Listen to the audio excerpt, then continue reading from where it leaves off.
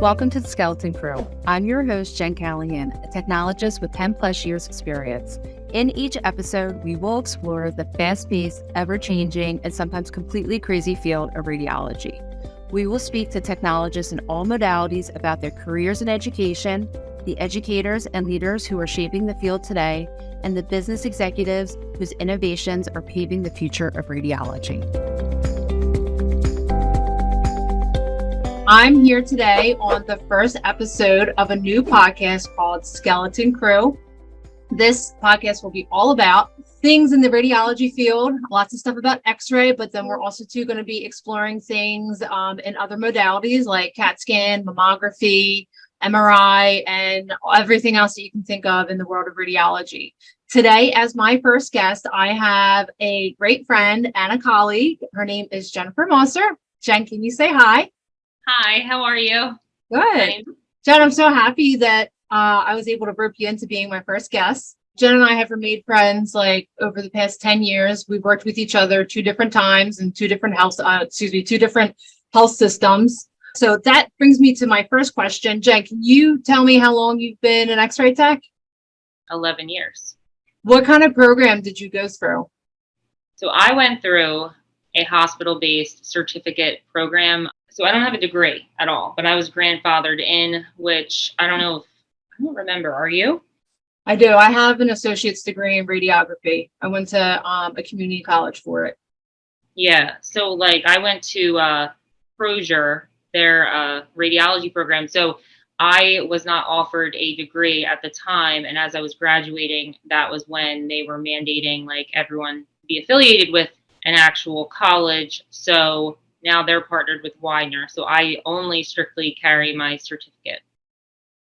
And since you graduated from there, I mean, we talked about us both working in health like systems, hospital based. But besides being in a hospital, what other type of work environments have you worked in?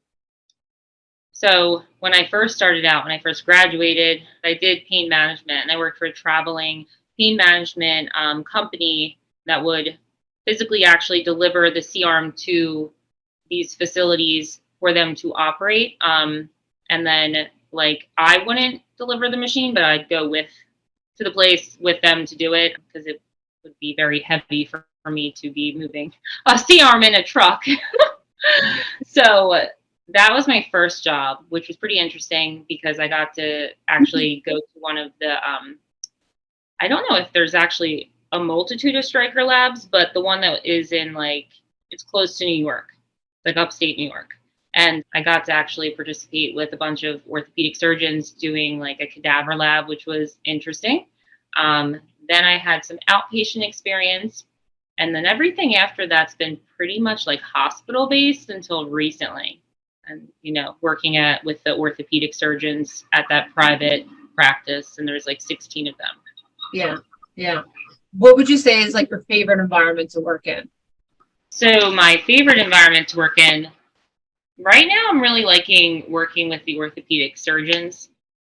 I like doing like the mammography stuff as well that I was doing for the like last few years, but it's more stressful and we both have kids. So it's like the outpatient world, I guess. Yeah. Yeah. It's kind of like country club-ish. Yeah. I've always enjoyed working at a hospital, but the one caveat with the hospital is like holidays. Call. I really liked working at Lion Canal and like mainline health and stuff like that at the hospital. So it's a hard like thing to pick between, because I like both. I don't like working holidays though. I don't think anyone does. Right. No. So mammography is another modality that you've gone into since you graduated from X-ray school. Yes. So between X-ray and mammography, if you had to pick one, which one would you pick?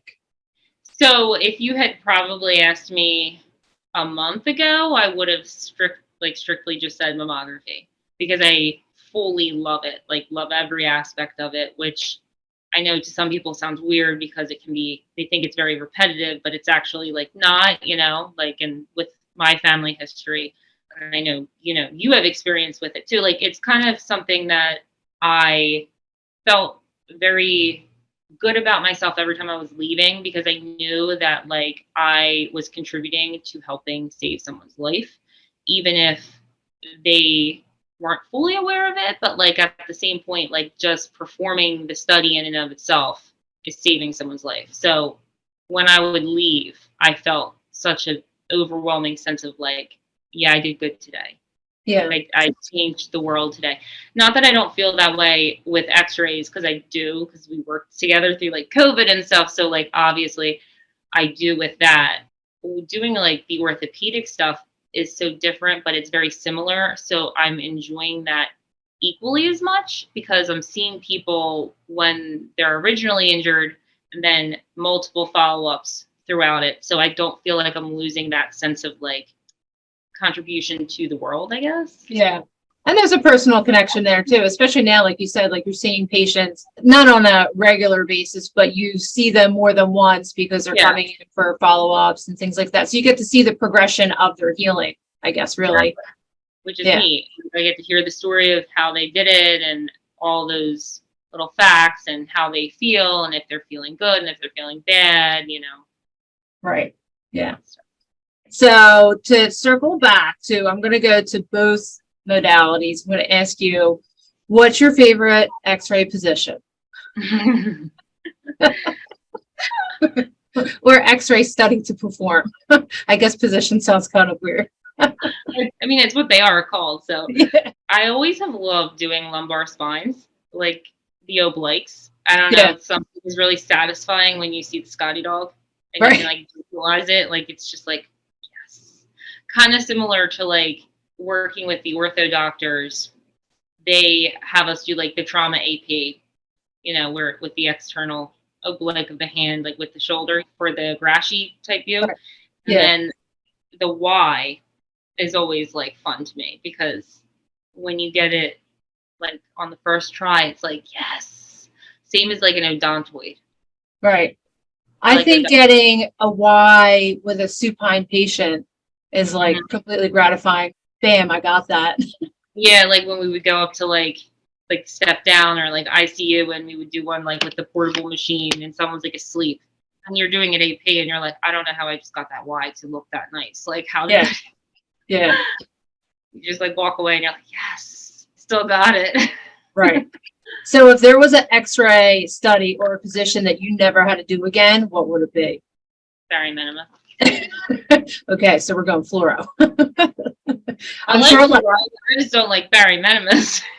I'm sure a lot of people will concur with you on the fact of not ever wanting to do a barium enema. Yeah.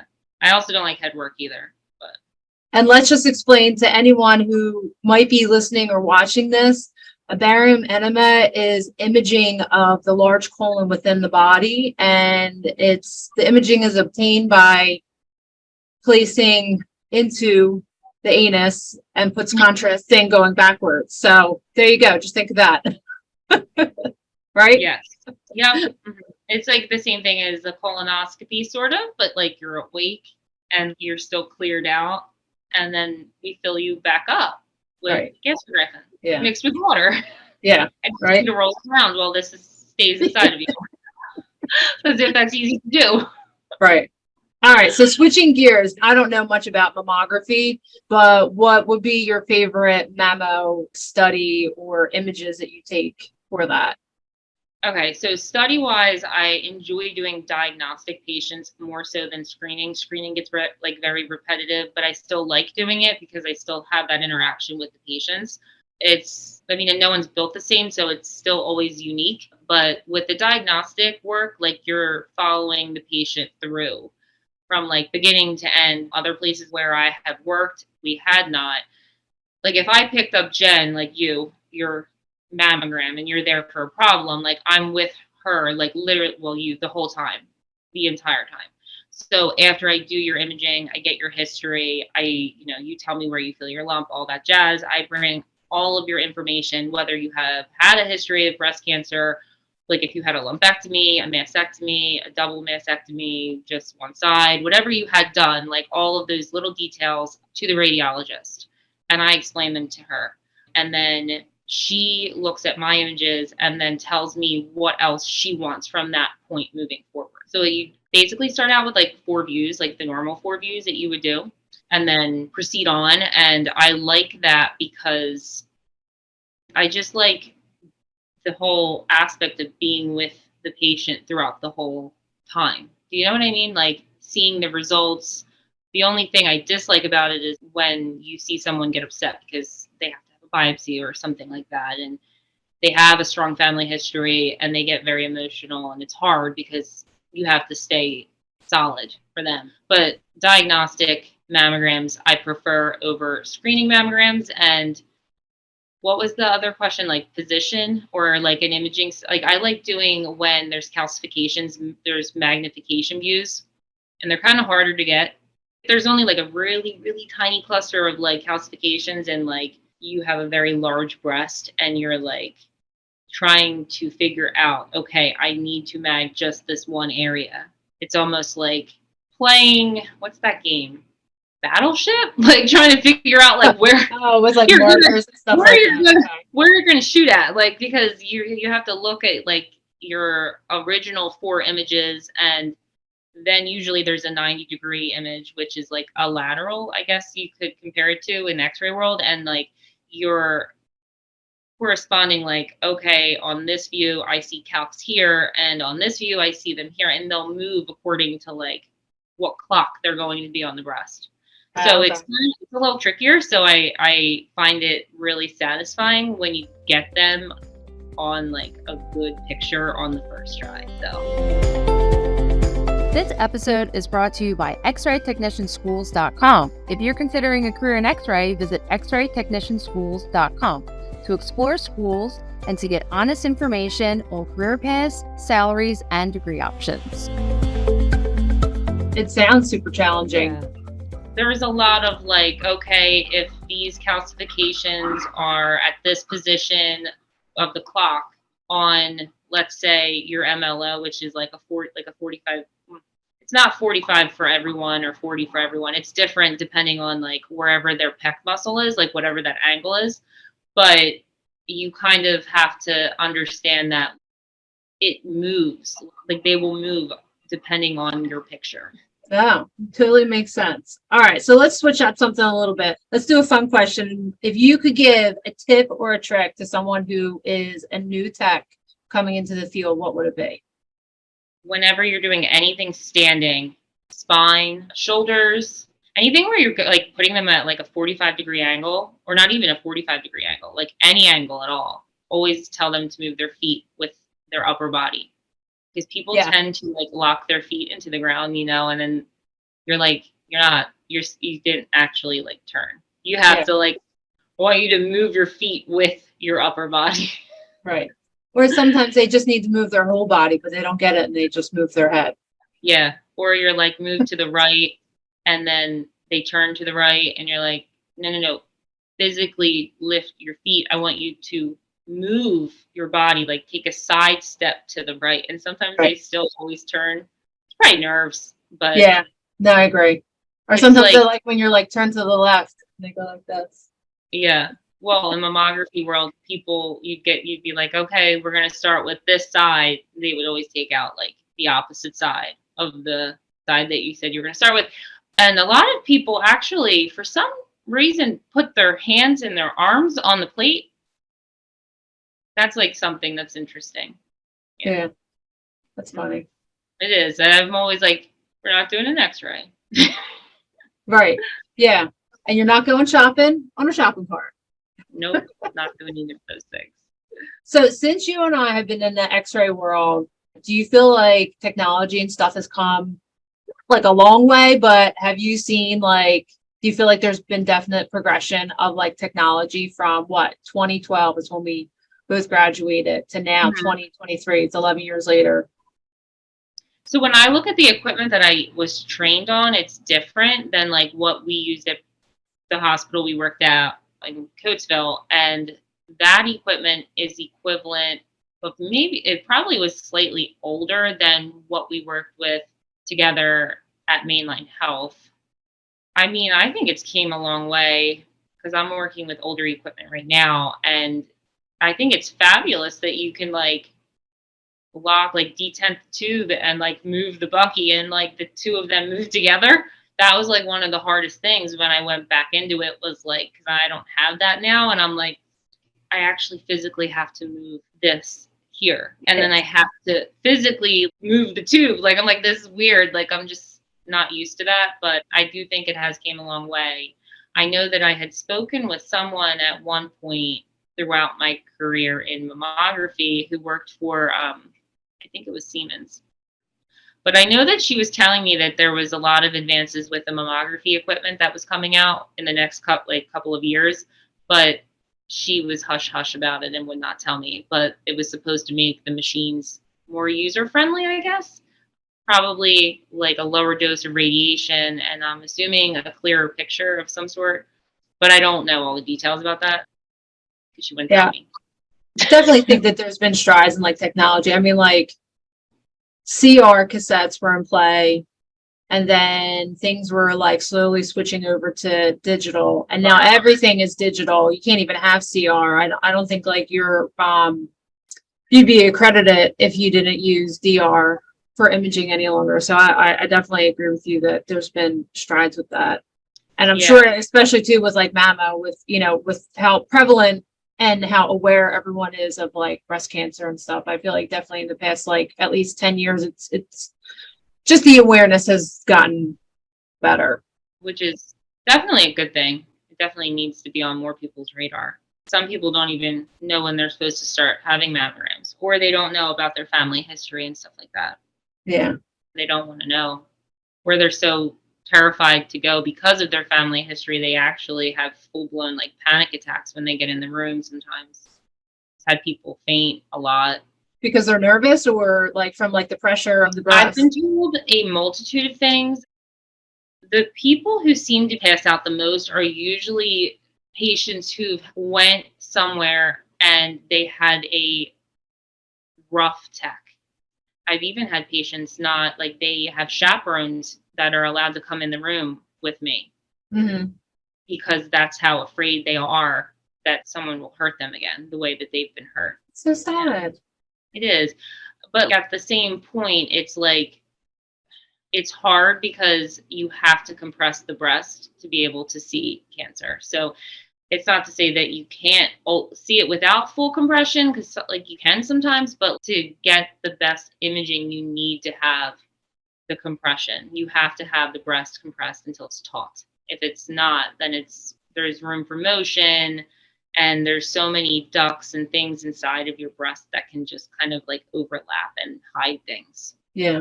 It's a hard battle. Do you have any good stories that you'd like to share, like from X-ray, mammo, or anything like that? Yeah. One was when I first started working with you. This is a good one. I don't know if you remember this, but I went out into the outpatient waiting room, and the guy's name was Jesus. I knew you were going to say that. There was like 30 people in there, and I'm like, Jesus? That happened. You remember that? I do. Mm-hmm. That was one of the most, I mean, if I didn't have a sense of humor, that would have brought me down like a lot of steps, but that was a good one. My second like favorite story is like one time when I was doing a mammogram. I had this woman compressed and she just pulled my hair, and I was like, so we were both kind of looking at each other, and she's looking at me and I'm looking at her, and I'm like, you okay? And she was like, I just wanted to see if it was real. Oh my God. And I thought, what if it wasn't real? Like, for real? Like, you just pulled my wig off. Like, or if I had extensions in or something. Oh my God, that's crazy. Yeah, I don't think you ever told me that before. She complimented me and said she really liked it. It was so pretty, but I was like, we can keep going. Please don't pull my hair again. Yeah. It's there. All right. So we're running out of time. I just have one more question. So would you say that your choice to go into radiography, into imaging was, let's say, a smart choice or a good choice, but would you do your choice again? I go back and forth with this so many times because I feel like working in a hospital in radiology. For the longevity of it, it can be hard on your body. I'm sure you feel that. Yeah. Lead is heavy. So with that aspect in mind, like I'm happy that I went the route that I have went, like to either have the potential to be doing mammography or the potential, like I'm working with orthopedic surgeons and I'm not moving stretchers, doing 900 portables in a day. But you know what I mean? Like it feels like that at the end of the day, being like paged and having to run from here to there, and like it hurts your back. Best advice I can give anybody who wants to do it: get New Balances. Yeah. Okay. And take care of your back because it affects your back. But yeah, I would still do it. Like when I do talk to people about it, the career is great when you have kids. Working PRN, having your kids, it's very flexible, especially if you're at a hospital. All of those things are perks. And then continue your education. Yeah, I agree with you with the flexibility of it is, I mean, because Jen and I both have families and we both have children, and I can definitely attest to the flexibility nature and it being good for like a family life. I mean, now you're, if you're working in a hospital or somewhere that has like off shifts, like you might be working weekends, you might be working nights, but sometimes that's what you need. Yeah, and you get paid more to work those weekend shifts anyway, because usually they're like set weekend people. So it sounds awful when you're applying for it, but you're going to get paid more money. Right. Yeah. To do it. And you can get like a good 24 hours in basically like 2 days at almost any trauma hospital that you go to. Right.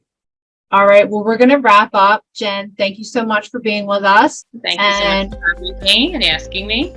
Oh, my pleasure. And I'll talk to you soon. You've been watching The Skeleton Crew, brought to you by XRayTechnicianSchools.com. On the next episode, join us to explore the present and the future of the rad tech career in the field of radiology.